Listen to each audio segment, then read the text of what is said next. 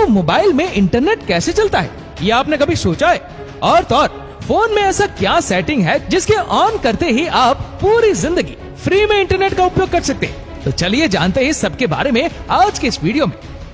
Internet समंदर के अंदर से चलता है। यकीन नहीं हुआ ना, लेकिन ये सच है। इंटरनेट समंदर के अंदर से ही चलता है। कैसे चलता है, आइए जानते हैं इस वीडियो में। अगर आपको यकीन नहीं हो रहा कि समंदर के अंदर से इंटरनेट चलता है, तो आप दुनिया के 95% लोगों के साथ हैं। उन्हें भी यकीन नहीं हुआ था जब उन्हें पता चला था कि समंदर के अंदर इंटरनेट चलता है। अब आप कहेंगे कि इंटरनेट तो सैटेलाइट और मोबाइल टावर की मदद से चलता है। सैटेलाइट से सिग्नल आते हैं और मोबाइल टावर उन्हें कैच करके हमारे मोबाइल डिवाइसेस तक पहुंचाते हैं। लेकिन दोस्तों, ये पूरी तरीके से सच नहीं है, क्योंकि दुनिया का 90% इंटरनेट समुद्र के नीचे बिछाई गई तारों के माध्यम से चलता है। कैसे, आइए जानते हैं। यहाँ हम एक डायग्राम दिखा रहे जिसमें आपको समुद्र तट पर केबल स्टेशन नजर आएगा और उससे होकर जाती हुई एक लाइन दिखाई दे रही होगी, जो कि वह है एक सी केबल, या जिसे सबमरीन केबल भी कहा जाता है। यही वह माध्यम है जिससे इंटरनेट चलता है और ये पूरी दुनिया में बिछा हुआ है और समुद्र की सतह से हजारों मीटर की गहराई में इन्हें बिछाया जाता है। इस केबल में हर थोड़ी दूरी पर रिपीटर या एम्पलीफायर लगाए जाते हैं ताकि इंटरनेट सही तरीके से काम कर सके। दोस्तों, इंटरनेट को पूरी दुनिया में पहुंचाने के लिए इन सबमरीन केबल को समुद्र के अंदर से निकालकर एक देश से दूसरे देश तक बिछाया जाता है। जब आप मोबाइल या कंप्यूटर पर ऑनलाइन कोई गेम खेलते हैं, तो आपके साथ कई और लोग भी जुड़ जाते हैं जो आपसे कोसों दूर रहते हैं, लेकिन आप उनके साथ रियल टाइम में गेम खेल पाते हैं। ऐसा ही कुछ सिस्टम इंटरनेट में होता है। दुनिया में कई सर्वर्स हैं जिन्हें आपस में जोड़ने के लिए इन सबमरीन केबल का सहारा लिया जाता है, और जब ये सर्वर आपस में जुड़ जाते हैं तो इनमें आसानी से डेटा ट्रांसफर होता है और इंटरनेट स्मूथली चलता है। इस पिक्चर में आपको एक एम्पलीफायर दिखाई दे रहा होगा, जिनको इसलिए लगाया जाता है जिससे सिग्नल की स्ट्रेंथ कम ना हो। ये समय समय पर सिग्नल को एम्पलीफाई करके उसे आगे जाने में मदद करते हैं। इन सबमरीन केबल्स को शिप की मदद से समुद्र में बिछाया जाता है, लेकिन ये केवल वन टाइम इन्वेस्टमेंट होता है जो बहुत ज्यादा होता है और इसका मेंटेनेंस भी बहुत कॉस्टली होता है। अब दोस्तों, समंदर में केबल की सुरक्षा के लिहाज से इस केबल को कभी अकेले नहीं बिछाया जाता, बल्कि इसे 2-3 के ग्रुप में बिछाया जाता है। समुद्र में कभी कोई हादसा हो सकता है, मान लीजिए सुनामी आ जाए या फिर वायर टूट जाए, या शार्क जैसे जीव भी कई बार इनको नुकसान पहुंचाते हैं। ऐसे में इन्हें रिपेयर करना बहुत मुश्किल होता है और इसमें काफी टाइम भी लगता है। तब तक इसकी जो सेकेंडरी केबल है वह इंटरनेट के सिग्नल को भेजने में मदद करती है।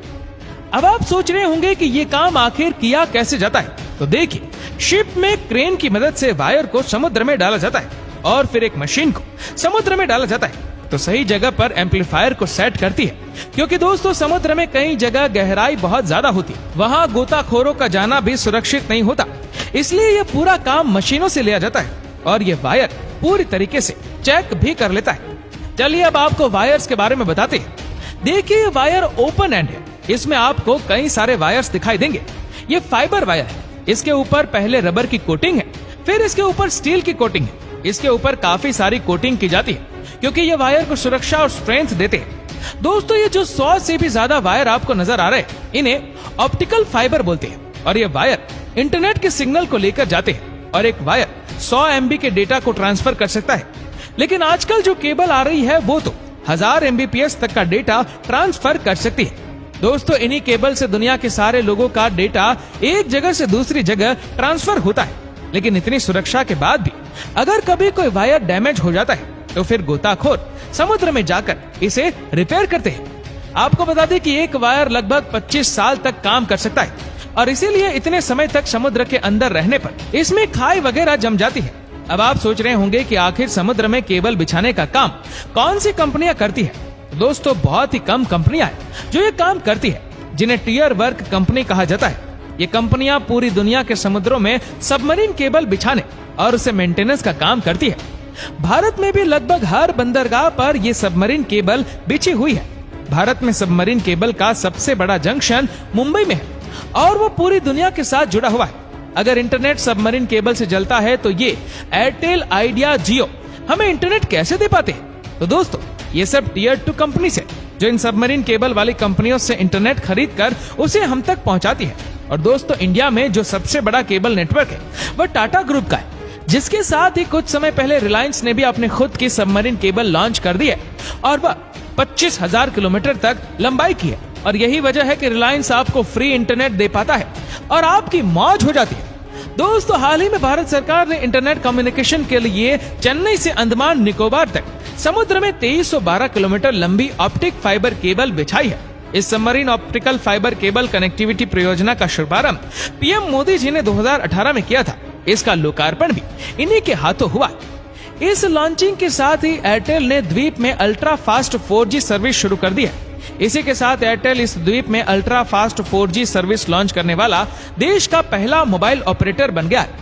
इसके अलावा रिलायंस इंडस्ट्रीज की टेलीकॉम सब्सिडरी रिलायंस जियो भी बढ़ती डेटा मांग को पूरा करने के लिए भारत केंद्रित इंड्रियो सेंड्रिक सबसे बड़ी अंतर्राष्ट्रीय सबमरीन केबल सिस्टम का निर्माण कर रही है। कंपनी की योजना 2 सबमरीन केबल सिस्टम को स्थापित करने की है। इसमें से एक भारत को सिंगापुर, थाईलैंड, मलेशिया के जरिए एशिया पैसिफिक मार्केट में जोड़ेगा और दूसरा इसे इटली, मध्य अफ्रीका और उत्तरी अफ्रीका तक जोड़ेगा।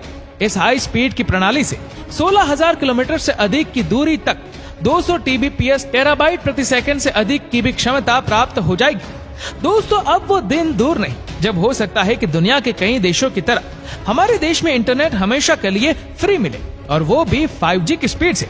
तो क्या ख्याल है आपका? आप तैयार है 5G को अपनाने के लिए?